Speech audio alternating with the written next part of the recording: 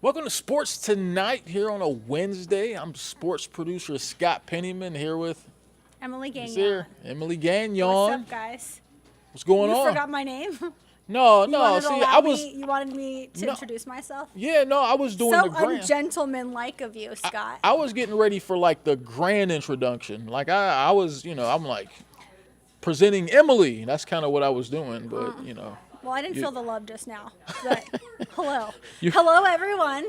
Me You- and Scott are back together again. yeah, It feels good. right. It feel like it's been so long at this point, just because I don't know. I had a couple of days where I was not out here with you. I know, So. but now we're reunited. Exactly. And it feels so good. It's pretty dope. We get to talk some basketball, right? So Let's get it started. the NBA draft the NBA draft comes around like it seems like 10 minutes after the NBA finals, right? I mean, Well, people don't really care about the draft as much, like the NBA draft, as much as they do the NFL draft. Let's be honest. yeah, sure. I mean, just It's like, because, right? meh, It's, An it's- afterthought. yeah, and it's they kind of force you that way too, right? Just because I mean, the finals hits, and then a week later you're right in the draft mode. I mean, the Denver Nuggets were making draft trades while they were in the finals. That's how little bit of tight time it is before the draft starts. So the Hawks tomorrow, though, they will be selecting 15th overall. And that's kind of that middle area. There's a whole lot you can do when you're drafting 15th overall. I mean, that's kind of Like draft a player nobody will know.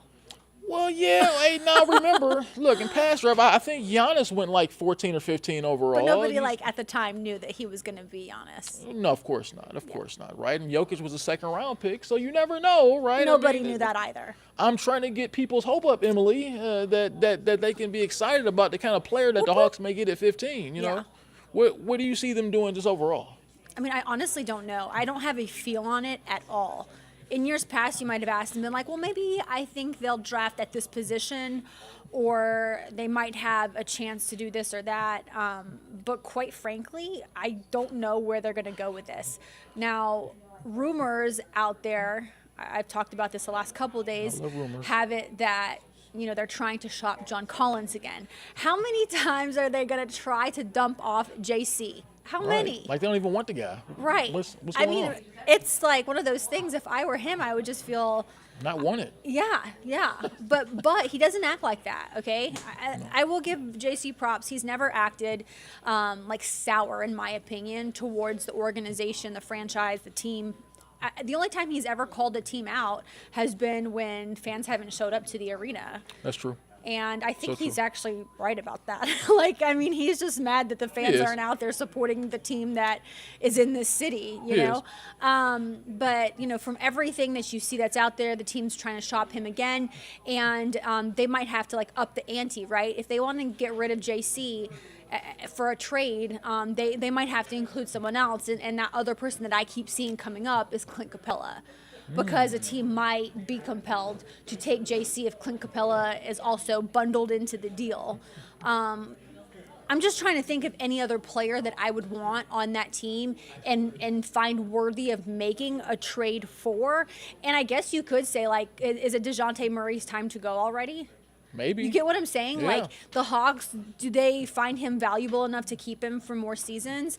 Are they done with the experiment of, Trae Young and DeJounte Murray being running mates? That was fast. I mean, at the end of the year, specifically in the playoffs, Scott, that's when you finally got to see what those two guys could do together, right? Yeah. I finally felt like they were hitting their stride. It took a long time. I know fans and probably the organization was hoping that they did that halfway through the season and started clicking, but it just didn't happen until the end of the year. These things take time. If I were them, if I were Landry Fields or even Quinn Snyder, I'd say no, let's stay on this train for at least one more season to see where it goes. So I don't know when it comes to, are they going to keep the 15th overall pick? And if they do, they'll get somebody we don't know. And then we'll eventually get to know Come them. on, you don't know Cason Wallace? That's who they're predicting on Yahoo Sports and CBS. All right, who is this guy? Everybody Tell me. knows Cason Wallace, right? Tell me about him. Well, he's a freshman, went to Kentucky. That's just who. And I know all this because I'm looking at Yahoo right in front of me. That's why I know it. Right. Okay. Did we know who AJ Griffin was last year when he was taken? A very little bit. Look, I mean, Right. Emily, I don't And he watch was as much taken college 16th basketball as I overall, used so it's to. very comparable. Yeah, I mean, look, the one guy who I do recognize here, they have him drafting kind of in their range is Jordan Hawkins. He won the national championship this past year at UConn, so he was their best player. So that's one of the names I look at and go, okay, So you think he'll still be available there in that range? Well, if you believe in Yahoo Sports, they have the Lakers taking him at 17, so that would make him available at 15. I don't know if I believe in any kind of publication because we don't truly know. Right, it's all This is boxing. all a guessing game. It's all guessing, right? I mean, true enough, yeah, we don't know, right? But I think when you look at where the Hawks are at right now, I think everything's on the table. I think when you're picking 15th, everything's on the table. But Trae Young. I don't think he's on the table. Probably not. I think you're right about that. He's the only guy who is staying put. If we had talked about this a couple months ago before he made that game-winning shot in Boston right.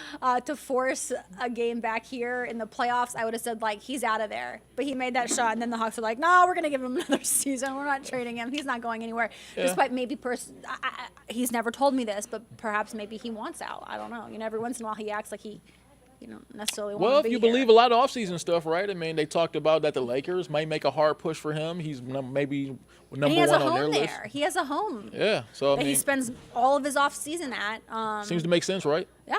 Yeah.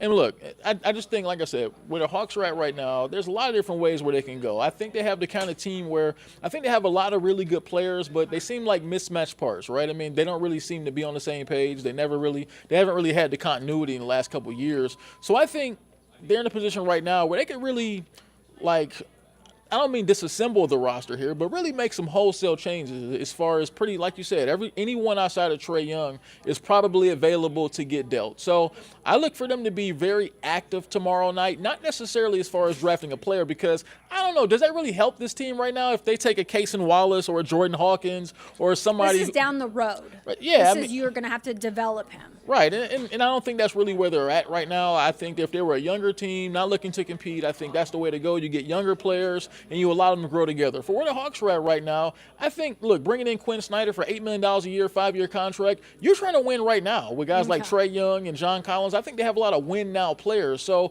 I think when you're in a win-now sort of mindset, I think that's when you start talking more about trades on draft day. Maybe get some veteran players in here. Maybe package some stuff together. I think the Hawks, when you look at their pieces and parts on their roster, they have a lot of tradable pieces and parts. So I think that, like you said, maybe combining a Clint Capella, John Collins with that 15th overall pick, I think that can maybe get you back something good. So let me play a game with you. Let's play. All right. So if there was one position that you think the Hawks need, yes, what is it? I'll tell you mine when you're done telling me yours. I would really love to see them get someone that can consistently score from the inside. Maybe like a good scoring power forward. Like if they could package Clint Capella and John Collins, maybe for someone who can score from the inside, and so that kind of give them some balance with Trae, a guy kind of give you that inside-outside threat, that good pick-and-roll guy that can score. I'm not really naming players necessarily, but maybe like a Bam Adebayo type guy, a guy that can score around the bucket. Anywhere, but yeah. Yeah, right. But a guy like that. Yeah. Okay, so I think they need a big guy. Like they don't have a real big guy. True. Like a true center. Right. Somebody who can go out there and really defend. They don't really have that. I have no issues with Clint Capella. I think he does a fine job. But I want somebody who does like a dog job, like who's just nasty. Yeah, and doesn't who score wants enough. to go out there and like day in and day out, make sure that people aren't scoring. Right. And they don't have that. I mean, the Hawks are an offensive team. They're not known to play good defense. And quite frankly, we just watched a Miami team that came out of nowhere make it all the way to the NBA Finals. No, they did not win, but they made it all the way to the NBA Finals basically on their defense and how they defended throughout the playoffs. That's my opinion. But I just truly think they're a well-conditioned team that made stops. Yeah, And I they were agree. able to weather the storm all the way until the end. So to me, I want a center. I want a big guy. I want somebody who gets in there and gets nasty. Look, hey, get nasty. There you go. Look, man, look. That's what they're missing, too. I totally agree. Look, I'm going to throw a trade your way. I'm going to throw a trade proposal because this is what I do, like when I have downtime. That was going to be my next question. Yeah. So this is good. So here's my trade proposal. Okay. How about this? John Collins and Clint Capella. Okay. Just they're- them two? Well, let's say it's just some sort of a mix, some sort of a, I don't know. But definitely those two. Yeah, so let's say, well, let's work those two and maybe a draft pick. I would like to see them go after DeAndre Ayton from the Phoenix Suns. Look, things have been going kind of crazy for him out in Phoenix. He really hasn't really, they haven't been on the same page. His name has kind of been kicked around last couple seasons in a couple trades. He likes to score from the inside. He played with Chris Paul last few years. So he really picked up his offensive game a lot the last few years. I think that's the kind of big man that the Hawks need to play with Trae Young, a guy who can play pick and roll with, score around the bucket. I think that's the kind of piece I think that the Hawks would benefit from greatly. I like that, GM Scott Pennyman. Thank you. Thank you. But I still want to ask, if you could dump off one player, it doesn't matter his value. I'm just saying, if you could get rid of one player on the roster through a trade tomorrow night, one player. Again, Yeah. It doesn't matter. You could say like Right. Aaron Holiday if you want. I'm just Right. saying, like, if you could get rid of one guy tomorrow night in a trade, who would it be? Probably the guy who I think doesn't fit the most is probably DeJounte Murray. Really? Look, I think DeJounte Murray is a really good player, right? He's But the one guy on the entire roster you'd say deuces to?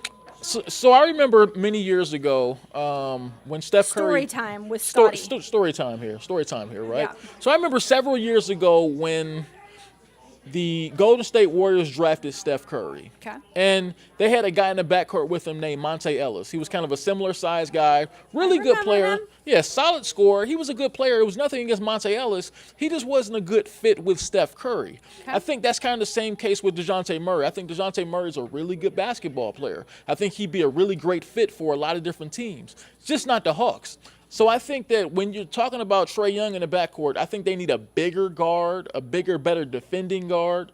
He can be a good shooter too, but I think they need a bigger, better defending two-way guard to play in the backcourt with Trae Young to sort of balance things off, give them some size back there. And I just think DeJounte Murray just isn't that piece. I would give up DeAndre Hunter in a heartbeat. Not even a whole heartbeat. That's a good one, too. Like 0.5 of a heartbeat. I'd be like, bye. He's a great dude. So nice during interviews. Very quiet, reserved. I have respect for the man as a man. But as a player. As a man. I respect you as a man. You know? Right, but like once you hit the court, I mean, he has one good game a year, and it's usually in the playoffs. He has like flashes of greatness in one playoff game. He scores like 30 points. We praise him, and only for one game. I agree. remember during the playoffs, he had that this year, and I looked up like how many 30-point games he had throughout the season, or however many points it was, and it was like one or two.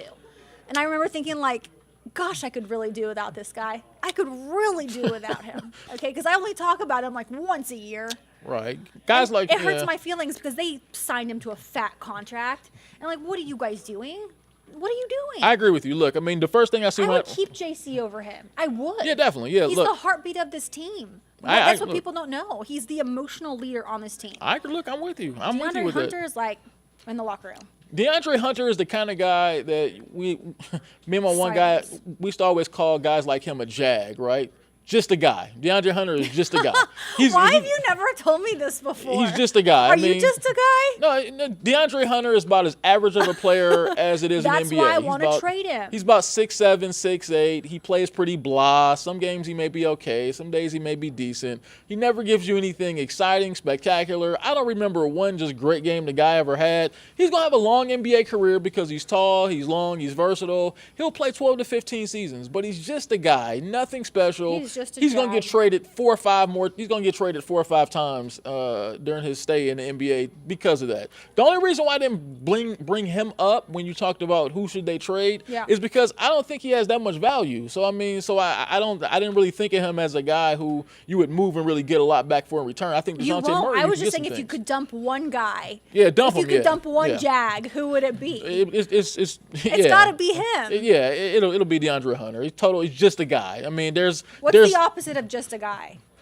a star, Oh. either a star or a scrub, right? I mean, so you have a lot of guys in the NBA who are just, kind of fall below just a guy. They barely get any playing time. And then you have, your star players, the guys who you build around. DeAndre Ayton, not DeAndre Ayton, but DeAndre Hunter is in that middle ground. DeAndre Hunter is like one of the most average guys in the NBA. And I say that because from his size, from his game, for how he plays the game, you can find 15,000 players like DeAndre Hunter, it seems like, in the NBA. I'm exaggerating because there aren't that many NBA players, but you get the idea. There's a lot of guys in the league who are like DeAndre Hunter. You could trade him tomorrow and replace him tomorrow for probably someone just as good.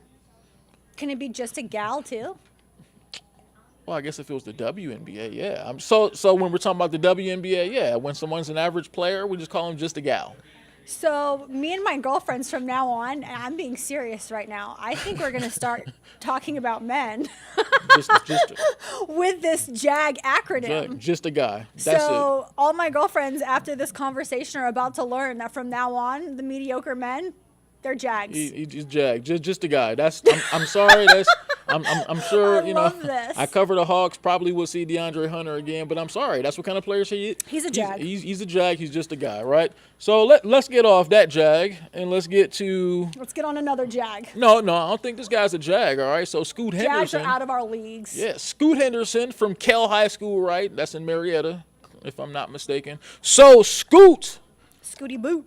He'll probably, he played for G League Ignite last season, and so he's likely to be the second or third overall pick in the NBA draft. But if you talk to Scoot thinks he should go as number one. He thinks without question, he's like, look, I should be the number one overall pick. He's been saying that for months now. So I'll tell you what I think after you tell me what you think. What do you think about that? I don't have real thoughts on this, honestly. For me, I think I kind of expressed that during our conversation. Yeah. The NBA draft to me, it's just coin flip. Yeah. I mean, it's just not the hype of the NFL draft where you even if you haven't followed a team, you know who the guys are because you've heard of them or you've watched them play in at least one game or you've checked them out at some point throughout the season. In basketball, it's not like that. You might know the top 3 players, and that's it. And when it comes to Scoot, he could be a top 3 player, and I think half the country will have no clue. If I call Marsha, my mom, and I'm like, "Hey, Mom, you know Scoot?" and she'll be like, "Well, no, I don't think your mom." The dog, probably knows she'll be like, Henderson. "The cat. You have a new cat, Scoot." Nobody knows. Yeah, he's not a household name, right? No, but if he gets drafted 2 overall, yes. I mean, I'm excited. I'm jacked up for him. Let's do it. Right, go waste your career with the Hornets now, right? But no. Oh man. But no. So I think about it this way, right? So Scoot is a really good player. Obviously, he's from the area, so that's why we're talking about him. So, yeah, I think he's a really good player, but I think Scoot Henderson needs to get a little more realistic here, right?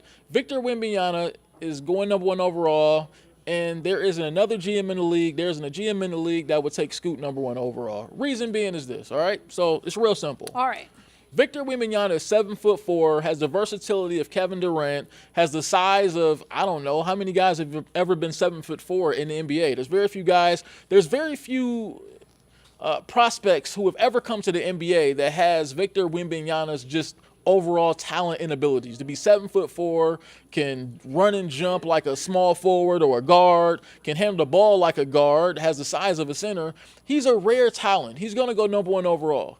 Scoot Henderson, look, I met his family, interviewed him before. He's a great young player, great kid, but I guarantee you in every draft after this draft, there's going to be a player like Scoot Henderson. There's nothing that is exceptional about him, right? I mean, the NBA is full of 6'2", 6'3" guards that are dynamic, that can score, that can shoot. That's pretty much what the league is now. That's why a guy like Scoot Henderson will go really high, but he's not really exceptional because there's so many guys that fit his same skill set. If you pass up on a Scoot Henderson this year, you can probably get a Scoot Henderson next year. That's just because that's what the league is. Yeah, I mean, there's nothing exceptional about his skill set. There's a lot of 6'2", 6'3" guards. So if I'm a general manager, there's no way I'm hanging my career reputation on a 6'2" or 6'3" guard number 1 overall when there's a 7'4" monster with abilities like Kevin Durant waiting to go number 1 overall. I mean, you can't do that. If you do that and Victor ends up being a major superstar, you'll probably never get a front office job again. Oh, the regrets would be massive. Yeah, exactly. So it's just, that's why you can't do it. I don't even care if you felt like Scoot was going to be a better player long term. If you felt that in your heart of hearts, if you felt Scoot was going to be a better player, you still wouldn't do it just because it just doesn't, for your career reputation, it doesn't make sense. I mean, you have to, sometimes in life there's just obvious choices. Wemby is the obvious choice here. You got to take him. Don't even think twice about it. When you went there, sometimes in life there are obvious choices. Yeah, there's obvious choice. In your entire life, there are some choices that are obvious, but there are some people. Jags go the other way. Okay? Jag, yeah. So, if you're just a guy, right? Yeah, you don't want to draft a Jag number 2 overall, right? And I'm not saying Scoot Henderson is going to be a Jag. I'm just saying that. Look, just look around the NBA. I mean, even the Charlotte Hornets, who pick, I think they pick number 2 tomorrow, right? They have a guy who's like that. LaMelo Ball, he's like 6'3", he can score, he can dish. Every NBA team has a guy like that. My Cavaliers, they have Darius Garland. Every team has a guard that can score and shoot and dish and all that stuff. That's why a guy like Scoot just isn't exceptional. I think he'll be a really good player, but Wemby is the pick. I mean, there's no question about it, Where do your Cavs pick tomorrow? They don't have a first-round pick. They traded it for Donovan Mitchell, so... Was that acceptable to you? Yes, it was very much worth it. I mean, that made them a playoff team this year, and hopefully it makes them a real serious contender for the years to come, right? Okay. Let's talk some football now because we only got like 10 minutes left, all right? We're saving the best for last. So there's an NFL scout, an unnamed NFL scout, because scouts never say their names, right? So Bijan Robinson obviously was taken in the first round, number 8 overall by the Falcons. So he's getting all kind of crazy hype. Most people feel like he's going to win Rookie of the Year. So there was one scout who said that he believes that Bijan Robinson is going to be the next Marshall Faulk.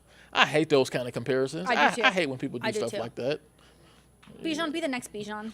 I do think he's going to be a baller, though. I really do. But I need to see what he looks like during training camp and then against other teams. Like, Let's check him out August 11th against the Dolphins during preseason game number 1, and I don't even know how much he's going to play. Right. But, I mean, you got to get him out there at some point during the preseason just so he can, shake off the jitters, even if it's just for a couple of downs. But I definitely think he's going to be a stud because of how they're going to use him. They're not just going to use him running the ball. That's true. He says he can do it all. He says the coach is putting him all over the field, so he'll line up anywhere. And that, to me, especially in the NFL of today, tells me that he's going to be a star if he can run it, catch it, and do anything else that you ask him to do. I agree. Yeah, I mean, he's one of those kind of players. And like I said, Swiss Army knife, I think that, I think he has a lot of those abilities. When you look at what Marshall Faulk was as a player, I remember Marshall Faulk very well. He was playing when I was growing up. And was he one of your faves? No. I don't know if he was one of my favorites, All you but had I mean, to say was no. Well, he was one of my favorite guys to watch, just because he was that dude. I mean, he was versatile. The guy could catch the ball like a wide receiver. He could run it like any of the great backs in the history of the NFL. So I mean, Marshall Faulk was a rare talent. So I hate when you do this to young kids when they're coming in. When you start comparing them to all-time greats. I don't know that he would care though.